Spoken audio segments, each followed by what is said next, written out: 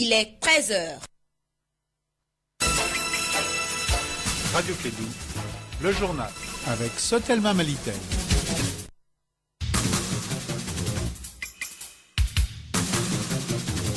13h, bonjour à tous et bienvenue dans cette deuxième édition de Clédou Info. Week-end macabre au Mali, attaque du poste de sécurité d'Indeliman, explosion de mines, un civil égorgé à Bangolo, à Badiangara et d'importants dégâts matériels enregistrés.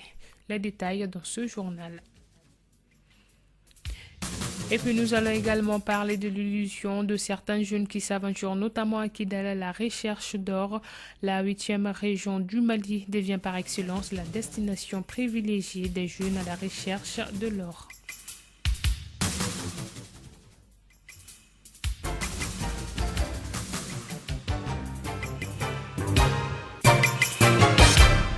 Et on ouvre ce 13h par les événements douloureux du poste de sécurité mixte des forces armées du Mali. Au moins 54 soldats maliens sont morts dans l'attaque. Un soldat français a aussi perdu la vie dans l'explosion d'une mine à Menaka, en plus d'un civil tué dans le cercle de Badiangara. Les détails avec Kassim Traoré. Situé dans la région de Gao, Indeliman se trouve à 200 km au nord d'Ansongo sur la route de Menaka. Basé là-bas depuis 2012, le poste mixte des forces armées maliennes FAMA a été attaqué le vendredi 1er novembre 2019. Des sources sécuritaires, il revient que les terroristes lors de cette attaque ont commencé à lancer des roquettes sur les camps à partir des dunes de sable avant d'envoyer des hommes au sol. Ceux-ci ont cerné les camps puis lancé l'assaut. Le bilan officiel donné par les autorités maliennes est de 53 soldats maliens tués, des blessés, 26 rescapés, 4 véhicules ont été incendiés, 3 emportés et un dégât matériel important à l'intérieur du camp. Du côté de la population, une vieille dame a été tuée suite à des balles perdues. Un enfant d'une dizaine d'années a été blessé à l'avant-bras selon une source locale. Selon un communiqué du ministère français de la Défense, un soldat français a été tué suite à l'explosion d'une mine le 2 novembre 2019. L'attaque a été revendiquée par l'État islamique au Grand Sahel. Au centre, des individus armés non identifiés ont égorgé un civil à Bongolo dans le cercle de Banyangara, région de Mopti. Aussitôt alertée, l'unité des FAMA à Banyangara a engagé une course-poursuite qui s'est soldée par une embuscade complexe contre elle. Le bilan fait état de 2 morts, 6 blessés, 2 véhicules endommagés par les mines. Les blessés ont été transportés à Sévaré par 2 hélicoptères des forces de sécurité maliennes. Autre actualité, le processus budgétaire de l'État au cœur d'un atelier. Pendant 2 jours, les acteurs et hommes de médias se sont réunis pour échanger sur la thématique. La session a été organisée par le groupe de suivi budgétaire en partenariat avec le programme d'appui à la gouvernance locale. La précision avec Mariam Kamara. Financé par l'USAID, cet atelier de formation sur le processus budgétaire de l'État a pour objectif de renforcer les capacités et de promouvoir la communication entre les organisations faîtières de la société civile, les autorités politiques et administratives, les universitaires, les hommes de médias et les citoyens. Cet atelier a été une occasion de renforcer les capacités en matière de gestion des finances publiques dans le but d'outiller les participants dans leurs actions de suivi et de plaidoyer budgétaire. Il visait également à faciliter un cadre de partage et d'échange entre les organisations de la société civile et la Direction générale du budget sur le processus budgétaire national. Il s'agissait pour cette formation d'informer le grand public sur les allocations budgétaires de l'État courant l'exercice 2019, mais aussi de mettre en place un espace public d'information et de sensibilisation sur le processus d'élaboration du budget citoyen et les possibilités qui s'offrent aux acteurs pour participer, voire influencer le processus et le contenu en fonction des besoins fondamentaux. Direction Kidal à présent pour parler de l'activité d'orpaillage. C'est l'activité professionnelle vedette des jeunes maliens ces derniers temps. Ils font notamment de Kidal l'Eldorado pour la circonstance. Certains rencontrent des difficultés. On en sait plus avec Kassim Traoré. Animateur de radio à Boron dans le cercle de Banamba, voilà que Broulaye Sanogo devient orpailleur entre les grottes de Kidal. Il est venu grâce à une relation pour chercher de l'or. Mohamed d'abord qui nous a envoyé pour venir chez son ami à Aguissa. Aguissa aussi nous a amené à Kidal ici. Donc on est parti dans les lieux là où il cherche l'or. On est parti là-bas. On a fait un peu près 4 mois là-bas. On n'a pas eu d'or. On a fait près 4 mois là-bas. Donc après on a trouvé l'occasion à venir dans la ville de Kidal. Broulaye était avec 5 camarades. Face à la déception, les autres sont retournés. Les autres sont partis, moi quand même je suis là pour me débrouiller. Même s'il y en a d'or, nous quand même on n'a pas trouvé. Même s'il y en a. Il y a des gens qui ont eu d'or, mais nous quand même on n'a pas eu. Donc pour avoir, il faut avoir du matériel ou bien c'est quoi? Il faut avoir des matériels aussi. Quand tu ne viens pas de Kidal ici, là, c'est pas facile d'avoir quoi. Notre orpailleur de circonstance est reconverti en manœuvre et fait des petits boulots à Kidal. Maintenant, là, me débrouiller à avoir mon transport pour retourner à Bamako. Ceux qui veulent venir chercher de l'or ici, qu'est-ce que tu leur dis? Chacun a sa chance, je ne sais pas. Peut-être, si moi j'ai dit quelqu'un de rester là-bas, peut-être, ça peut être s'il vient ici, il va trouver, on ne sait jamais. Donc, quand même, nous, on n'a rien trouvé. Et puis, les gens qui veulent venir là, s'ils trouvent un autre lieu vers nous là-bas, là, ils n'ont qu'à aller là-bas. Sinon, ici, là, ça ne va pas du tout. Oui. Aujourd'hui, dans les mines de Kidal, l'or se fait rare, même s'il faut avoir des moyens sophistiqués pour en extraire. Et à Kidal, nous restons où le Gatia organise ce week-end son congrès. La rencontre s'est tenue à Aguelhok. Kassim Traoré a interrogé un responsable du groupement du nom d'Abdallah Aga Hamzata. Nous l'écoutons. Vous savez que la plateforme traverse une crise depuis un certain temps et cette crise en réalité elle a été manifestée par le fait qu'une partie de la plateforme s'est retirée pour créer une autre plateforme dissidente. Et nous on a préféré rester à la plateforme originelle parce que nous pensons que nous avons les mêmes objectifs, nous avons les mêmes idéaux. Est-ce que vous voyez? Et au jour d'aujourd'hui, nous pensons que nous sommes dans un processus de paix qui tend vers sa fin. Est-ce que vous voyez? Mais en réalité, qu'est-ce qui vous oppose aux autres? Qu'est-ce qui ne va pas entre vous? Il y a plusieurs points de divergence. D'abord, nous n'avons pas les mêmes visions par rapport aujourd'hui à certains rapprochements, tels que, par exemple, notre rapprochement aujourd'hui avec la CEMA pour la paix, et la sécurité, le développement des régions du Nord. Et ils pensent qu'on doit toujours être dans une position où on ne doit pas toujours créer certaines conditions. Mais voilà, je ne sais pas, il y a beaucoup de choses que je ne peux pas dire comme ça. Pour le congrès de ACIA, qu'est-ce que ça vous fait? Et le congrès de ACIA, c'était à notre dernière réunion ici à Kidal quand on avait programmé la 38e session du CSA qui n'a pas eu lieu à Kidal. Donc en tant que plateforme, nous avons demandé depuis Bamako à nos populations qui sont à Kidal et qu'on les a informés qu'on arrive à Kidal. Et donc c'est de ces faits que nous sommes venus à Kidal. Et quand nous sommes arrivés à Kidal, on a été reçus par les responsables de la CEMA, y compris le secrétaire général de l'HCIA, qui a bien voulu quand même nous demander qu'on soit à ce deuxième congrès ordinaire de l'HCIA à Kidal. Et il nous a adressé des cartes d'invitation et c'est pourquoi nous sommes là. Et c'est un congrès qui s'inscrit dans le cadre vraiment de la paix, de l'entente, de la réconciliation, tu as compris, entre tous les fils, entre tous les frères des régions du Nord. Pas seulement vous voyez l'idée d'une formation politique?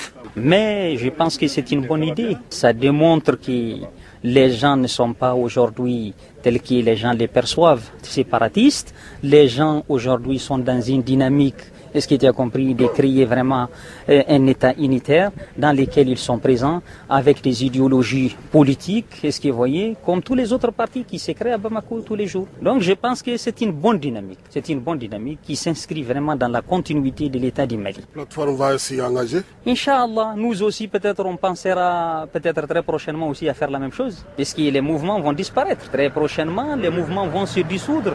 Tous les combattants vont être absorbés par le DDR. Est-ce que vous voyez? Et en ce moment, il n'y aura plus de mouvements. Obligatoirement, on va rentrer dans la vie active de la politique. Donc,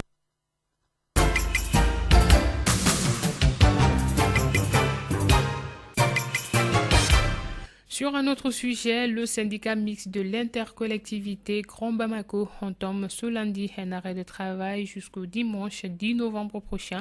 Il demande la libération des maires de Bamako, de Baguénéda et de Moutougula. L'information a été donnée lors d'un point de presse tenu le vendredi dernier au Musée national de Bamako.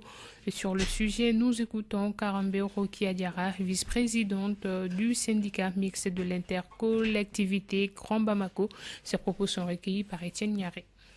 Nous, syndicats mixtes de l'intercollectivité du Grand Bamako, constatons avec amertume les interpellations et mises sous mandat de dépôt à la maison centrale d'arrêt de Bamako des maires du district de Baguinida, de Montougoula et 2 élus de la commune 1. Au moment où la mairie du district est engagée résolument dans la réalisation de nombreux projets structurants tels que le projet de création de la société de transport collectif par bus Boniba, pour lequel, sur invitation du partenaire chinois, il devait conduire une délégation nationale à partir du 27 octobre 2019.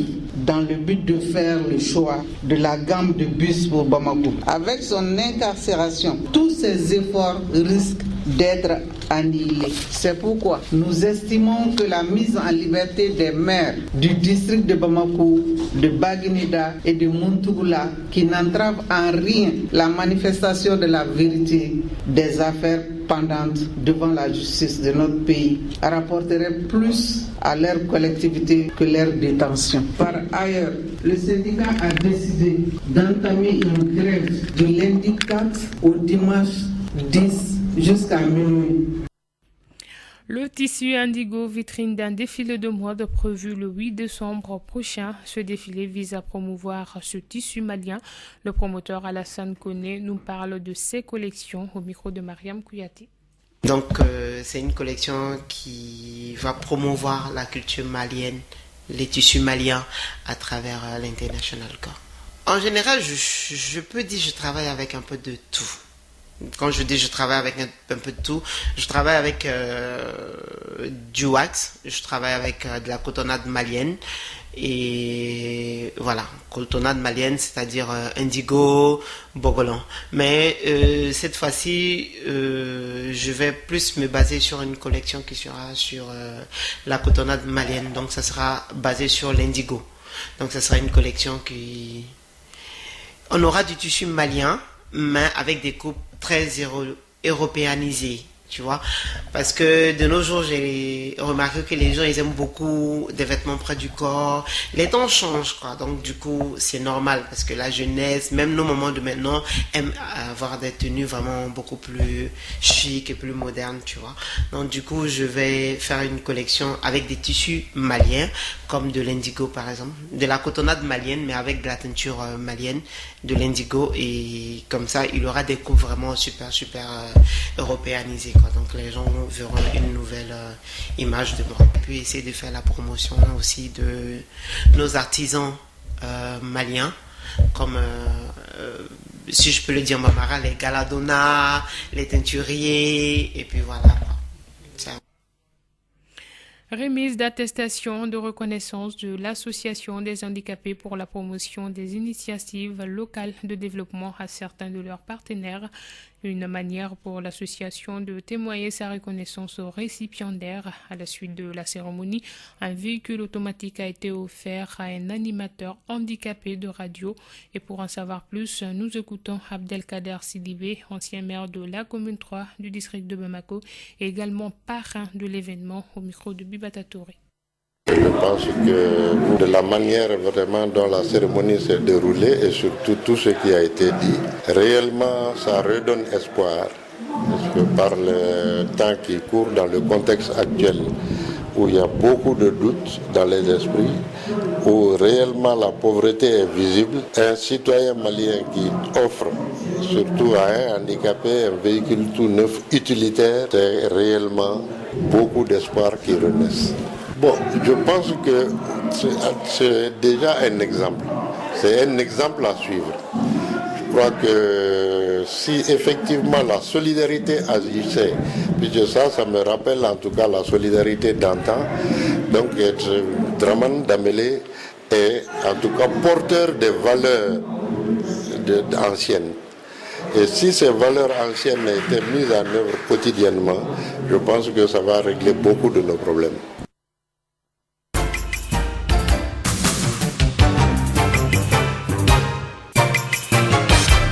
Et puis du sport pour terminer avec moi sur ce plateau, Mariam Kamara. Mariam, bonjour. Bonjour Oumou, bonjour à toutes et à tous. D'abord en football, bonne opération pour le Djoliba AC qui se qualifie pour la phase de poule de la Coupe de la Confédération. C'est là grâce à sa victoire 4-0 ce dimanche au stade Omnisport Modibo Keïta de Bamako face à Elect Sport du Tchad dans le cadre du match retour du tour de cadrage. Déjà vainqueur du match aller 1-0 à Djamena, les Rouges de Bamako se qualifient sans forcer pour la phase de poule de la Coupe CAF cette saison. Dans une rencontre à sens unique, c'est le jeune Oumar Kamara qui ouvre le score pour l'équipe de RMA Kono à la 30e minute sur un bon service de Souleymane Koulibaly qui à son tour marquera le deuxième but en début de seconde période. Les autres buteurs sont El Hadj Salimba 59e minute sur penalty et le Camerounais David Ekwa dans le temps additionnel. Ainsi, le Djoliba AC jouera cette saison la phase de poule de la Coupe de la Confédération pour la 4e fois de son histoire après 2010, 2012 et 2018. À présent, on connaît 15 des 16 équipes qualifiées pour cette phase de poule de la Coupe CAF à l'issue de ces matchs retour. Le dernier ticket qualificatif se jouera entre Essaïa FC du Bénin et Génération Foot du Sénégal ce mercredi. À l'aller, les Sénégalais s'étaient fait surprendre à domicile 1-0. À noter que le tirage au sort de la phase de poule de la Coupe de la Confédération est prévu le 10 novembre prochain. Et toujours en football, Mariam, championnat national Ligue 1 Orange, la 6e journée donne le ton sous lundi avec 7 matchs au programme. Au stade Lamine Konaté de Kita à 15h45, l'USCK a un rendez-vous important face au stade malien de Bamako. Dans le même temps, au stade Vincent Traoré de Kati, le Mamaïra AC reçoit l'ASB. Ici à Bamako, au stade Mamadou Konaté, à suivre AS Police, AS Niamana de Koulikoro à 16h. Au même moment, l'AS Black Star se mesure au Sabana AC de Mopti au stade du 26 mars. Juste après, l'USFAS joue contre le CSK. Au stade Modibo Keïta, toujours ce soir, l'AS Real de Bamako affronte l'AS Bakarijan de Baraouli à 16h et à 18h, le Yélé Olympique se mesure à La Somme. Merci beaucoup Mariam pour toutes ces précisions et c'est sur ces notes sportives que se ferme donc ce journal. Tout de suite, votre chronique Elect. Radio Kédou, le journal avec Sotelma Malitel.